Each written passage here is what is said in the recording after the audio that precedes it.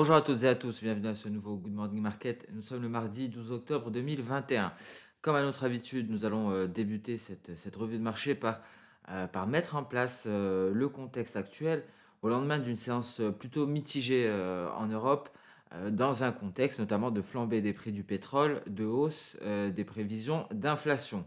On notera en Europe que le secteur minier a bondi de 3%, affichant ainsi sa plus forte hausse journalière en 3 mois. Le minerai de fer et le charbon ont fortement augmenté en raison de ces craintes liées à l'offre. Nous l'avons abordé à plusieurs reprises et les prix donc, des métaux industriels ont bondi en raison des inquiétudes liées à la hausse du coût de l'énergie et des matières premières.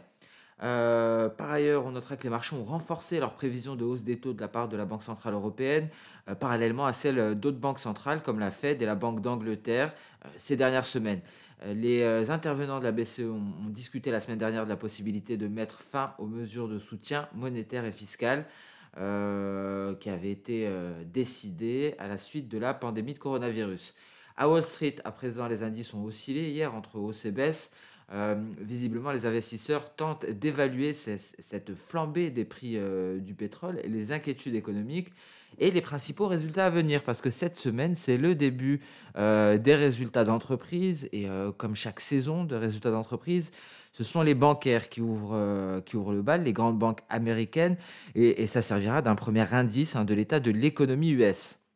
On prendra connaissance également mercredi, on prendra connaissance du procès verbal du FOMC, encore une fois à la recherche d'indices sur le calendrier de réduction des taux d'intérêt de la Réserve fédérale américaine. Le tout sera d'essayer d'estimer quand le tapering sera débuté. Par ailleurs, à noter, en parlant des grandes banques, d'ailleurs, que Goldman Sachs, qui publiera ses résultats cette semaine, a réduit ses prévisions de croissance économique de 4,4% à 4% et a revu à la baisse son estimation pour 2021 de 5,7% à 5,6% sous prétexte de l'expiration de la fin du soutien fiscal du Congrès et d'une reprise qui est visiblement plus lente que prévu d'un point de vue des dépenses de consommation, en particulier dans les services. On notera également que Evergrande n'a pas réussi à effectuer un troisième paiement d'obligation. Sur le volet des matières premières à présent, le brut, l'or noir, a une fois de plus occupé le devant de la scène hier lors de la séance de lundi, avec de nouveaux sommets annuels qui ont été marqués avant un repli. Et donc cette hausse est liée encore une fois à la demande croissante d'or noir, de cette matière première énergétique, en raison du basculement du gaz au pétrole et de la limitation de l'offre des principaux producteurs. On a même gagné dans la soirée 1,5% pour le Brent et 1,7% pour le WT, mais on s'est replié par la suite. Concernant le gaz, on notera que le Qatar, qui est le premier producteur mondial de GNL, de gaz naturel liquéfié, a déclaré qu'il ne serait pas en mesure de résoudre le problème du déficit en gaz naturel, car il produit déjà au maximum de ses capacités.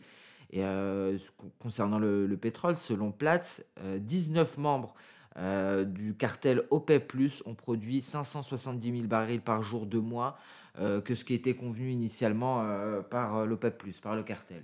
Donc voilà, concernant le contexte de marché, on parle beaucoup d'énergie encore une fois, car on est en pleine crise énergétique à l'heure actuelle. Nous l'avons dit hier lors de la vidéo hebdomadaire, une crise énergétique qui impacte fortement les marchés boursiers. C'est pour cela que la météo, les conditions météorologiques de cet hiver, cette année, n'auront pas seulement un impact sur les matières premières, qu'elles soient agricoles ou autres, ça aura un impact étendu à tous les marchés. On commence donc notre revue des indices boursiers par le Nikkei. Hier, on attendait la validation d'un signal, souvenez-vous, nous ne l'avons pas eu.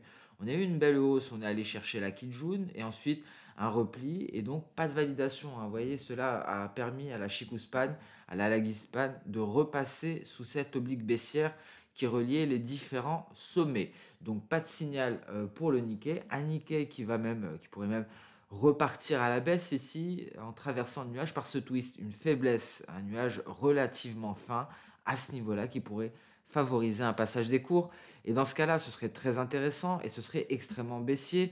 Ça nous permettrait d'avoir un objectif relativement précis grâce aux projections de Soda. Car vous voyez, on a un N inversé ici, un point A, un point B. Notre point C est au niveau de la Kijun et cela nous fournirait un objectif V à 25 128 points. Alors, est-ce que c'est un objectif V? Je vais le vérifier tout de même. À vue de nez, oui, on a du 3600 points ici, on a du 1700. C'est un V, ça aurait pu être un N, hein, donc visiblement. Mais cela nous donnerait cet objectif 25 130 d'un point de vue des projections de Soda. On passe à présent sur le DAX allemand, un DAX qui est dans la précédente zone de neutralité, si je puis dire, zone de consolidation. On a commencé la séance par un repli pour aller chercher ici un support, le support des 15 000 points, le seuil psychologique des 15 000 points. On est en train de se redresser, 15 080 à l'heure actuelle. Vous voyez, donc c'est un retour à la Kijun, c'est ce qu'on avait abordé, un retour à la moyenne en longeant le nuage. Donc maintenant, il va falloir trancher, il va falloir donner le signal ultime de cassure de la Kijun, ce qui nous permettrait donc d'envisager un retour vers les 14 800 points.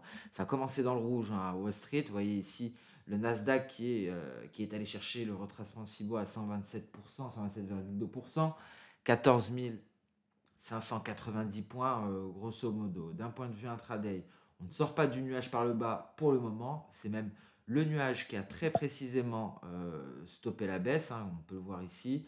Il faut une réelle sortie ici aussi du nuage pour envisager à nouveau des perspectives baissières. Et que fait ma lagging span? Elle est en plein obstacles. Donc la validation sera assez compliquée. Mais en tout cas, Wall Street a du mal à réellement se redresser. Le rebond semble prendre fin. Nous l'avons dit lors de la vidéo hebdomadaire, ce n'est pour le moment qu'une prise de bénéfice, hein. Ce n'était pas une correction. On n'a pas eu un repli de 8 à 10%. Donc, pour entrer en territoire de correction, il faudrait un approfondissement de la baisse et ce n'est pas le cas pour le moment. On passe directement au S&P 500. S&P 500, même topo que le Nasdaq, hein, vous voyez, on est sur le bas de notre nuage. On n'a pas de signal pour le moment. On a une Chikou Span, une Lagging Span qui vient s'attaquer aux chandeliers japonais. Il faudrait un franchissement de ces derniers pour avoir validation du signal baissier. Donc on n'y est pas encore, mais le rebond a touché à sa fin visiblement. Tant qu'on est dans le nuage, on ne fait rien par définition. Des cours dans le nuage signifie que les cours sont à l'équilibre. Le Dow Jones à présent, on a une sortie par le bas, pas de signal, hein, tout de même chez Kouspan en plein milieu du nuage. Qu'en est-il en données intraday? Ici, le nuage est un support, la SSB. Alors d'un côté, on a les valeurs technologiques, donc S&P 500 et Nasdaq, qui sont à l'intérieur du nuage et donc qui ne parviennent pas à en sortir. De l'autre côté, nous avons un Dow Jones qui est au-dessus de son nuage, qui utilise son nuage comme support, la SSB très précisément. Et, donc pour le moment, le rebond est toujours d'actualité ici, hein. On n'est pas à l'équilibre, comme pour le Nasdaq ou le S&P 500. On a un déséquilibre haussier. On a donc, on est en tendance haussière, hein, d'un point de vue de la théorie Ishimoku. Le Dogecoin, rien à signaler, on se replie tout doucement. On est en train de s'éloigner tout de même un peu à peu de ce scénario de double creux. On attend, il faudrait la cassure de la ligne de coup pour l'envisager. Donc je retire ici ces gros triangles. Donc, Dogecoin, rien à signaler. Bitcoin, toujours dans le vert, aux portes des 60 000 dollars, 57 300 dollars environ. Donc, les 60 000 en ligne de mire avant d'envisager de nouveaux records historiques, hein. C'était un très beau signal Ishimoku ici, avec sortie du nuage par le haut, validé dans la foulée par la lagging span. L'Ethereum à présent, on a un beau support ici, hein, pour l'Ether. Comme on peut le voir, c'est notre nuage Ishimoku. On attend juste un redémarrage de l'Ethereum. Pour le moment, on se pose sur support. En données journalières, c'est la même chose, hein, et on a même un objectif 3954 qui permettrait de finaliser cette vague en A, B, C et D. Polkadot, à présent, après la cassure du retracement à 38,2%, percée haussière, on se replie en pullback. On attend aussi le redémarrage. On a un nuage en support pour Polkadot de la même manière que l'Ethereum. On passe sur le compartiment des matières premières avec un gold qui retrouve des couleurs en ce début de séance européenne, qui s'attaque à nouveau à sa SSB, qui s'attaque à nouveau à la résistance des 1760 dollars l'once. Mais on s'ennuie sur le gold, on n'a pas de réels signaux, hein. On a fait une tentative haussière ici, on est allé chercher cette zone de résistance avant de se replacer sous cette SSB 1760 dollars. Rien à signaler, ennui total sur le métal jaune. Ce n'est pas le cas du pétrole WTI notamment. Vous voyez ici, avec cette mèche supérieure, on allait marquer un nouveau sommet d'après la pandémie. On allait chercher les 82 dollars le baril. On a rendu une partie de cette hausse, 80,34 en ce début de séance européenne. Rien de plus, pas d'informations supplémentaires en H4. Le gaz naturel qui poursuit son repli. Donc ici, bon, un repli qui pourrait se prolonger, hein. La Russie est venue calmer un petit peu cette hausse du gaz naturel. Et donc, mais ça ne met pas un terme à la hausse du gaz naturel, hein, pas du tout. On n'est même pas encore arrivé à la saison hivernale. C'est simplement un repli avant une reprise de la hausse. Jusqu'où ira ce repli? Est-ce qu'on va aller chercher notre point C aux alentours des 4 780? Il faudra pour cela casser le support, le seuil psychologique à 5, donc à suivre ici. Et si on rebondit sur 5, c'est un bon point d'entrée en vue d'aller chercher à nouveau les 5,520, précédente projection de Soda en V. Le café, on repart à la hausse, mais pas de réel signal pour le moment. Le copper, alors le copper, c'est toujours bullish, peut-être un pullback vers le bas de nuage avant de repartir, mais en tout cas on a eu notre signal, on a eu notre gap haussier, donc à suivre pour le métal rouge. On attend d'un point de vue technique, en tout cas ça laisse présager une prochaine percée haussière pour aller chercher au minimum les 10 710 dollars la tonne pour le cuivre. Rien à signaler sur le blé, on temporise toujours au-dessus du nuage. On passe sur le marché d'échange. Pas mal de choses intéressantes. On va voir l'USD-Yen. C'était assez précis sur l'USD-Yen. On connaît la situation du dollar américain. Ça prend toujours autant de temps, hein, sur le marché d'échange, visiblement. Voilà, donc on est toujours en train de temporiser aux alentours des sommets du 2 novembre 2020. Si on arrive à s'installer au-dessus, ce serait pour aller chercher les sommets du 24 septembre 2020. On les retrouve très exactement ici. Et de telles perspectives entraînerait l'euro-dollar en repli, un euro-dollar qui stabilise aux alentours des 1,1560. Je vous rappelle que le prochain support en cas de percée haussière du billet vert, ce sont les 1,1430. Hein, c'est ce qu'on attend pour l'euro-dollar. GBP, USD, RAS, hein, pour le moment. USD CAD, on a ici cette formation en épaule, tête-épaule. On marque une pause pour le moment. La cassure des 1,2440 viendrait renforcer les perspectives baissières en direction des 1,2330. On garde l'œil sur le USD4 qui pourrait se replier davantage. USDN, c'était très propre, vous voyez. On avait une belle projection de Soda ici. Et c'est très précisément ce qu'on est allé chercher.